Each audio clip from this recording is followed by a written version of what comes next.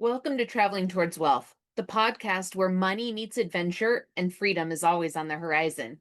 I'm Sarah Jones, financial coach, full-time traveler, houseplant lover, sourdough baker, and your guide to building a life that's as rich in experiences as it is in peace of mind. Each month, we dive into a new theme, whether it's real money stories, the ins and outs of full-time travel, building a business or multiples while on the road, or finding wellness and simplicity wherever you are. Here, you'll get practical tips, honest conversations, and a gentle push to spend, save, and live according to your values, not someone else's rules. If you're ready to design a life you truly love, one where you can travel more, stress less, build financial confidence, shop safer, and wake up every day feeling like you're exactly where you're meant to be, then you're in the right place. So grab your favorite drink, settle in, and let's start traveling towards wealth, one story at a time. Hey, welcome back. Today, we're going to talk about something that I am currently doing, but I have discovered that so many people don't know that it's even a thing, didn't know that it was possible, and that is negotiating medical expenses.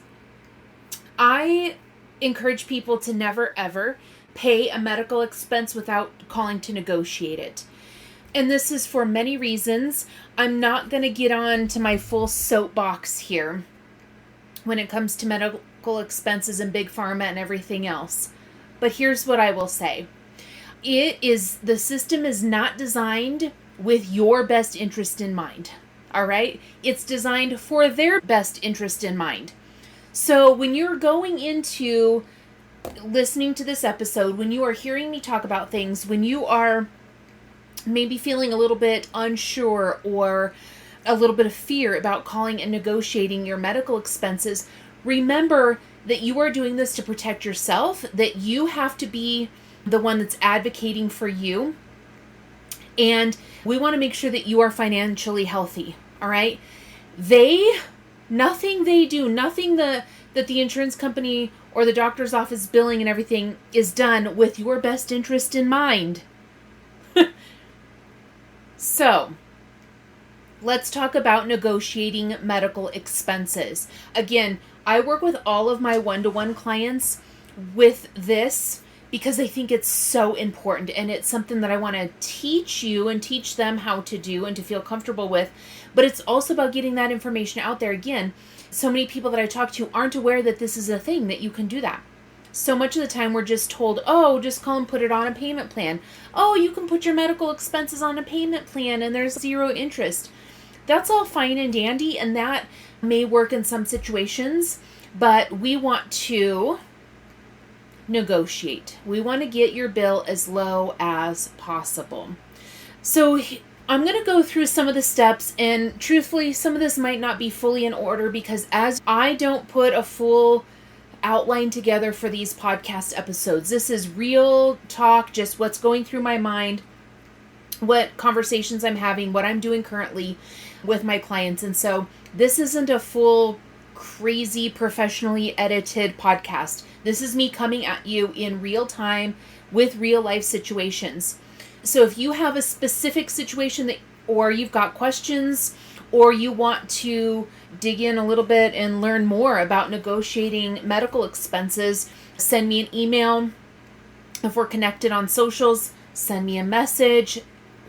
Reach out, go through the website, schedule time, or reach out to me and let's chat. All right.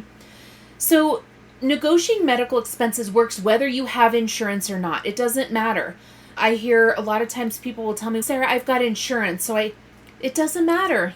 Great. I'm happy that you have insurance. That doesn't mean that we cannot negotiate your medical expenses. All right. I will also say that there is nuance to everybody's situations. And so the information I'm sharing with you today are some good pointers, some good tips to use, things for you to be thinking about. But there is nuance with every situation. Every institution has different regulations and standards and what they can offer and what they can't. All right. So just know that I'm sharing my personal experience and that of some of my clients. But this is a great starting point to give you some information. But again, if you want to dig in really deep, send me a message and we will chat. First things first, I always want you to, when you receive your bill, call the institution that is sending you that bill, and I want you to ask for an itemized statement. Right? Itemized statement. For several reasons. Number one, I want you to go through your itemized statement with a fine-toothed comb. I want you to see what they're charging you for. I want you to look at how much are they charging you for ibuprofen. Have they double billed? Is there something on your bill that you in fact did not receive? Do you have questions about charges that are on there? That impacts your balance due.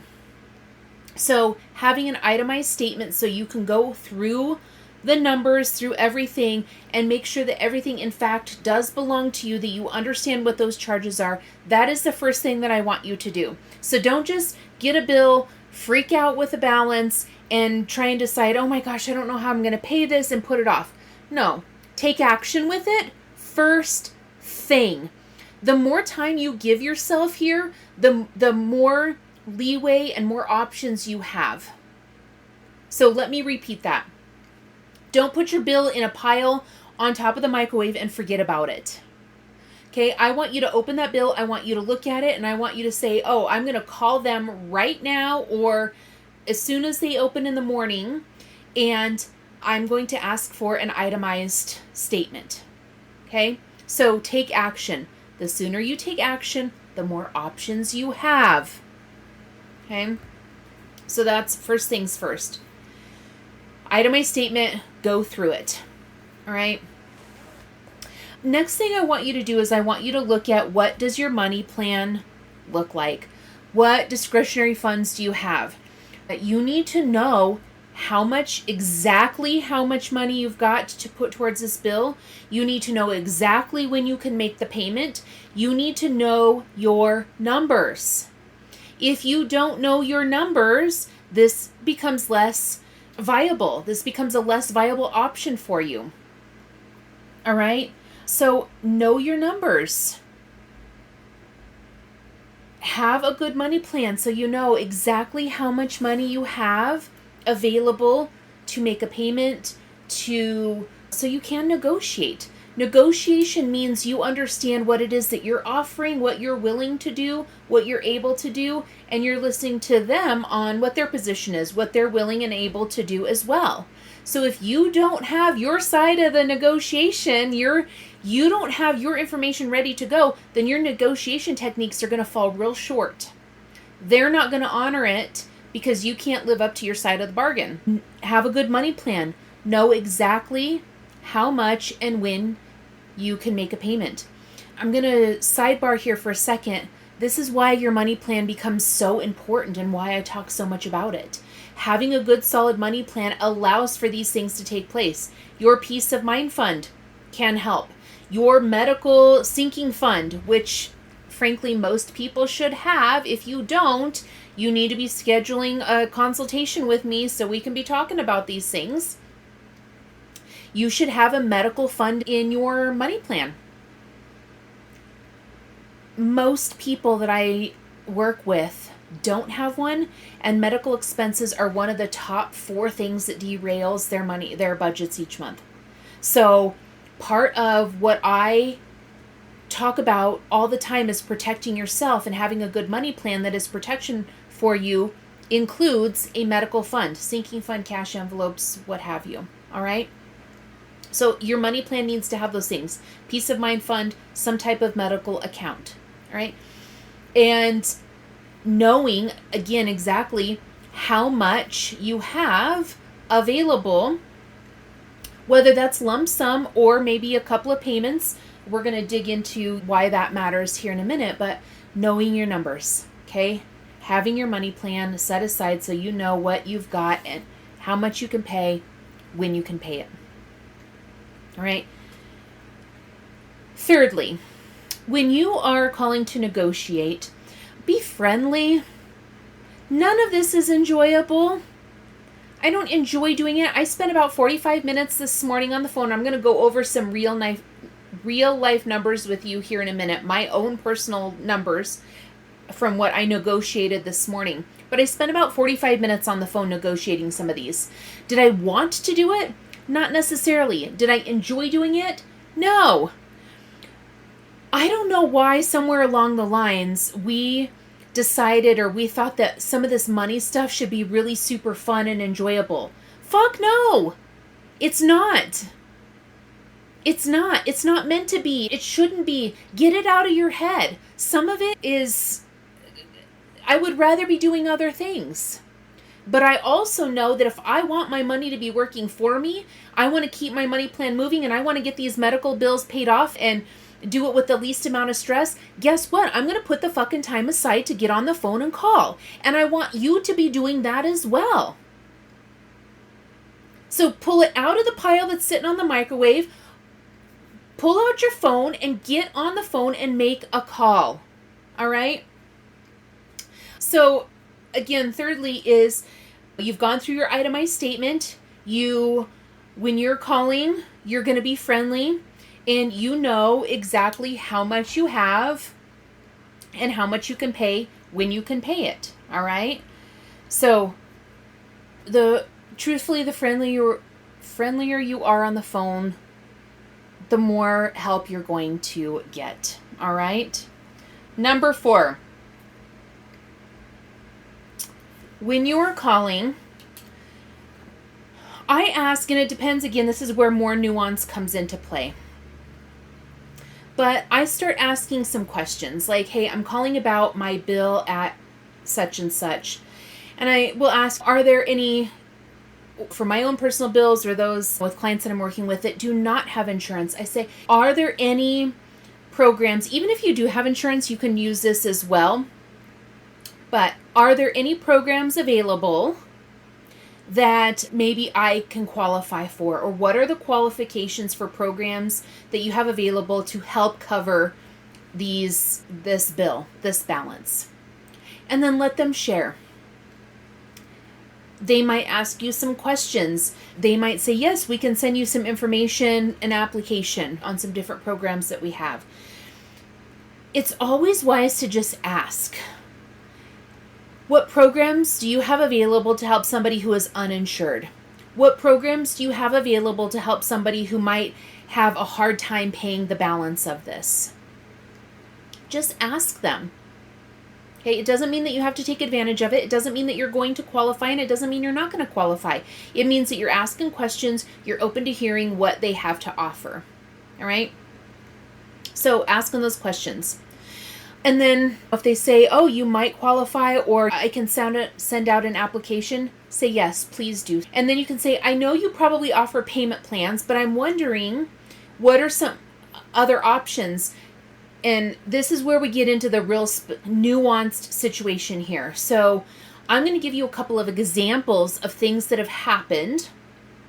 Your situation might be different, but this is where it is so important to know exactly how much you can pay and when you can pay it. Okay? So when you're calling, for example, if your bill, and I actually had many clients do this, call in and they said, listen, I understand my balance is $2,500. I don't have that money, but I'm wondering if I can pay you $1,500 tomorrow. Will you accept that as payment and mark then my bill as paid in full? Can we negotiate? Will you accept a payment of $1,500 as paid in full and you write the other portion of that bill off? Some institutions will do that. You then have to have that $1,500 available and you have to be able to make that payment when you say you're going to make that payment. Okay? Because you want to live up to your side of the bargain here.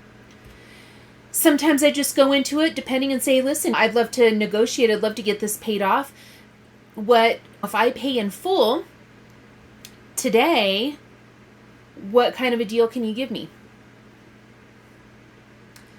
You have to have this confidence to your voice, right? I know when I'm going into it that I don't want to pay any more than 50% of what the bill is. Sometimes I have to. Sometimes there's no more negotiation, but that's when I'm going into it. When I'm negotiating, I'm like, okay, I can pay 50% of this today. So when I'm asking, what can you do with this bill? If I paid in full today, what are some options that you can give me? Do you have a 50% discount if I pay in full today? Do you have a 75% discount if I pay in full today? Go in it with some confidence, ask the question, and then be quiet. Let them talk. Let them see what they can do for you. Right? I'm going to go through again some of my numbers here in a minute, but this is very much what I did this morning on the phone. Calling some of these institutions that I have received bills from. So in the past, just over about 6 weeks, I've had 2 ER visits. And my husband and I, we actually do not have health insurance. I'm not going to go into why or why not. We've come up with another program. So we're enrolled in some health assistance program, which is pretty cool. It's not insurance, but I didn't have it when I had these 2 ER visits. So even if I did have insurance, I have done this before. I do it with every medical expense I get. I call and I negotiate, right? This is also, it's really important for you to understand what institution this is. Some places will give you a one-time, like the life of your account, you get one time to negotiate, right?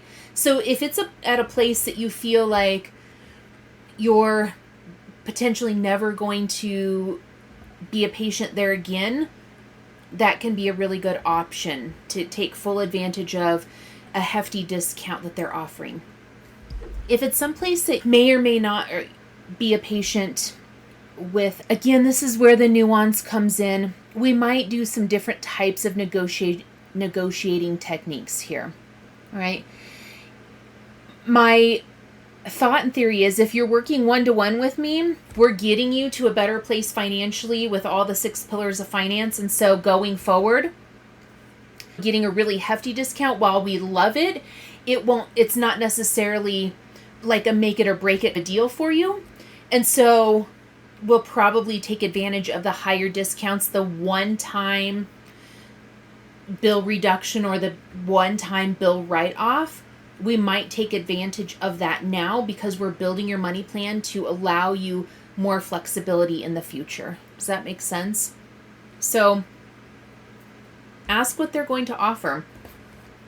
Let me tell you, again, I did this morning. So out of the 2 ER visits that I've had, these are my life numbers I'm going to share with you. 2 ER visits from what I've been billed for currently. I'm still waiting on one more bill from the actual ER department at one hospital. So currently from 5 different, so in ER, in imaging, the physicians, and radiology. Okay, so 5 different bills I have received. Those total currently balance owed at $7,993.82. Do I have that money? Yes. Do I want to spend all of that money? No. So I called and I negotiated. I have currently negotiated with 3 of the different institutions. Listen to these numbers, my friend. Listen to these numbers. All right. One bill that I received was for $1,860, and I negotiated it down to $372 if I paid it before the end of July. Paid it and it cleared and everything, right? So a couple of days ahead before the actual due date. So from $1,860, I negotiated it down to $372 paid in full. That's a $1,500 savings right there. I just saved myself $1,500 by calling and negotiating. Yes, please, more of that. Let me sidebar here for a second and give you a perspective on this. That $1,500 savings, it's not just money saved, it's money that I now have available to put towards something else, right? It's money that I have now available to put towards maybe one of the other ER bills that they might not negotiate as well with, or there might not be as huge of a significant, what am I trying to say? That $1,500 allows me to put that again towards another expense. So it's money saved, but it lets my dollar go farther, right? That's how I want you to approach some of this. It's not just about saving. It's not about getting the best deal necessarily. It's not scarcity. This is, I've got X amount of dollars, so how can I make them go as far as humanly possible to take care of these expenses? That is millionaire and billionaire thinking, right? It's looking ahead. How can I make the most of these dollars? How can I make them work for me? So that $1,500, that calling and negotiating, that $1,500 is really working for me because it lets me then put that money towards something else, right? Second bill that I called, it was for $93. And this one specifically said, it's a one-time offer, and we are willing to just write the entire bill off, so you owe $0. And I asked the right questions. Will this show up on my credit report as a charge off, or are you going to show it as a paid in full, zero balance, and then you write it off? So this will not negatively affect my credit, my payment history. She said no. I said, I want that in writing. So please email it and send it in the mail. I need that in writing, please. That's another key point. Always ask for it in writing. You need confirmation from them that if you pay X amount of dollars, that your bill will be marked paid in full based on your agreement, your negotiated agreement. All right?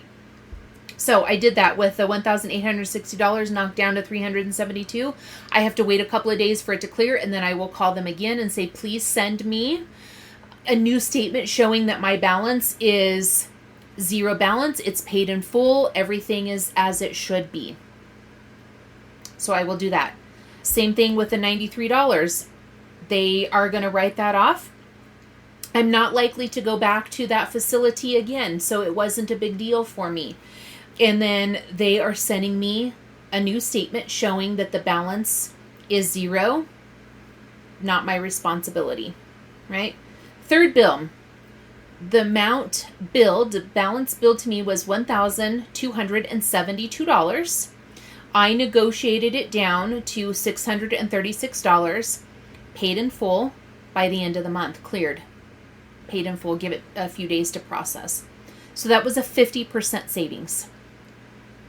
So all said and done, I saved about $2,000, about $2,100 in these three institutions. Then again, that allows me to put that $2,100 towards another medical expense. It allows me to use my dollars and have them go as far as possible, right? I will negotiate. I left a message at one institution. I have not heard back from them. And I called the other one. They have not put the bill together. So I'm still waiting on that to hit my account, or to hit the balance owed to hit my account. Once that has been processed, I will be getting on the phone and I will be calling to negotiate those. So quick recap.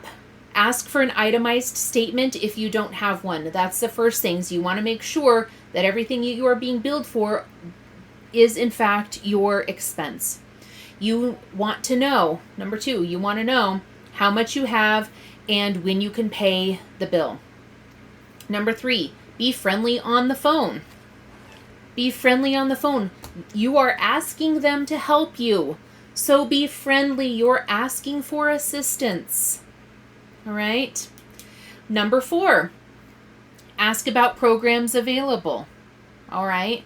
They may have some different programs available. If you have insurance, even if you do not, there's some different options. Almost every medical institution has options available. So ask them about that, right? Number 5, negotiate the balance. Hey, if I pay in full, will you accept 50%? Or how much, if I can pay in full in the next 2 weeks, what kind of a discount can you give me on my bill? So ask for those discounts. It doesn't matter if you have insurance or not. This works both ways. Okay? Get everything in writing. Okay? Get your new agreement in writing. Ask them to repeat it back to you, and ask that they send you an updated statement, a letter in the mail. Get it in writing. This is for your protection. Do not make a payment unless you get some of this in writing. All right. I got some of this in writing. They were able to do it, email me very quickly. Once I received that, then I went ahead and paid it, and then I will call again and get an updated statement showing a zero balance. So that way all of my ducks are in a row. All right. So get it in writing. That's very important. All right. When you negotiate, ask questions. If you can't necessarily make a paid in full payment, one payment, ask them what their payment options are. You can still negotiate and still potentially make payments on something. It's just about asking the questions, knowing what is not going to put you in the hole, knowing what is going to allow you to actually live up to your agreement, but still allow you to put groceries on the table, right? So ask questions when you're chatting with them. This is something that I think people are not doing, and I want you to do it. I think you should be doing it. I think that there's a lot of, they are overbilling because insurance, the way insurance works, the way medical institutions work, big pharma, nothing they do is in your best interest. So you have to advocate for yourself, and that's why you negotiate your medical expenses. If you have questions, if you want to talk further about this, you need to be sending me an email, send me a message on socials, go to the website and fill out the form, the contact me form. Let's talk. Schedule a consultation with me. Link is in the show notes. You should be negotiating because you want your dollars to go as far as possible. You want your money to be working for you, and that's why you negotiate your medical expenses. With that, I will say, happy negotiating, and goodbye for now, my friend. Thanks for joining me on Traveling Towards Wealth. If today's episode sparked something in you, I'd love for you to subscribe, leave a review, or share this show with a fellow free spirit who's ready to design a life they love. Want to dive deeper? I'd love to connect with you. Book a free call with me to chat about your money, your dreams, and your next steps. No pressure, just a real conversation. You can find the link in the show notes or on my website. And let's stay connected on socials. Follow me on Instagram or Facebook for behind the scenes RV life, money tips, and a little gypsy spirit along the way. Remember, your money, your journey, your rules. I'll see you next Tuesday for another story and some practical steps to help you travel further towards wealth, freedom, and a life you love. Until then, keep wandering, keep growing, and keep spending on what matters most.